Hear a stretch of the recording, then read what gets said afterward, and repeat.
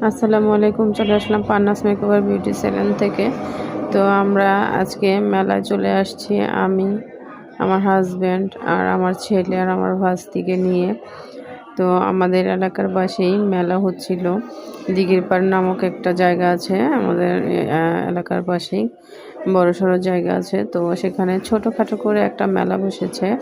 আমার ছেলে বলছে, আম্মু চলো মেলায় যাই, আম্মু চলো মেলায় যাই। আমার ফ্রেন্ডরা মেলায় গেছে, তো আমি তো গেলাম না। তো যাই হোক, আর কি করার, বাচ্চার জন্য আসা। তো বিশেষ করে এই ধোয়া চিপসটা খাওয়ার জন্যই আমার বাচ্চার অনেক আকর্ষণ ছিল। তো ওদেরকে নিয়ে দিলাম, আমার বাচ্চা আর ভাস্তি, আমার ছেলে আর ভাস্তিকে। তো ওরা খাচ্ছে এবং আনন্দের সহিত ধোঁয়াগুলো ছাড়ছে। তো দেখতে খুবই ভালো লাগছে, আর ওরাও খুব আনন্দিত ছিল। বাচ্চাদের আনন্দের জন্যই আসা। তো বাচ্চাদের সাথে আমরা একটু আনন্দ উপভোগ করে নিলাম। তো বাচ্চাদের ভিডিওগুলো করে নিচ্ছি। ওদের খাওয়া দেখে খুবই ভালো লাগছে।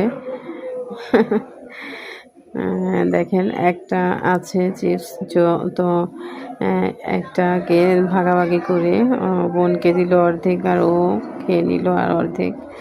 ব্যাস, ওদেরটা শেষ, তাই বলছে আম্মু শেষ আমারটা। এখন আমিও ওদের মতো একটা নিয়ে নিলাম। তো খাচ্ছি, কিন্তু আমি ভালোভাবে ধোঁয়াটা ছাড়তে পারছি না, আমার খুব লজ্জা লাগছে। তো এই পাশে আমার আরেক বোন আছে, ওকেও দিলাম। ও কিন্তু খুব সুন্দরভাবে এগুলো পারে, আমি পারি না। হ্যাঁ, আমার ছেলেকেও দিলাম আর একটা, যে না বাবু তুমি আর একটু মজা করো। এখন হচ্ছে আমার ভাস্তিকেও আর একটা দিলাম, যে তুমিও একটু মজা উপভোগ করো।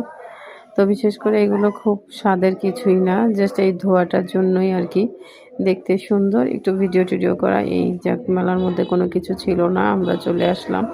ভালো কিছু মেলা খাওয়ার ছিল না, আমরা চলে আসলাম মেলার পাশে একটা ছোটোখাটো রেস্টুরেন্ট। এখানে এসে আমরা পিক তুলে নিলাম। তো খাবারের পিকটাও তুলে দিলাম, মোমো আর দই ফুচকা। আমি আর আমার হাজব্যান্ড টেস্ট করছি খাবারগুলো, মোমোগুলো ছিল মোটামুটি ভালো, কিন্তু বাসায় বানাই সেরকম না।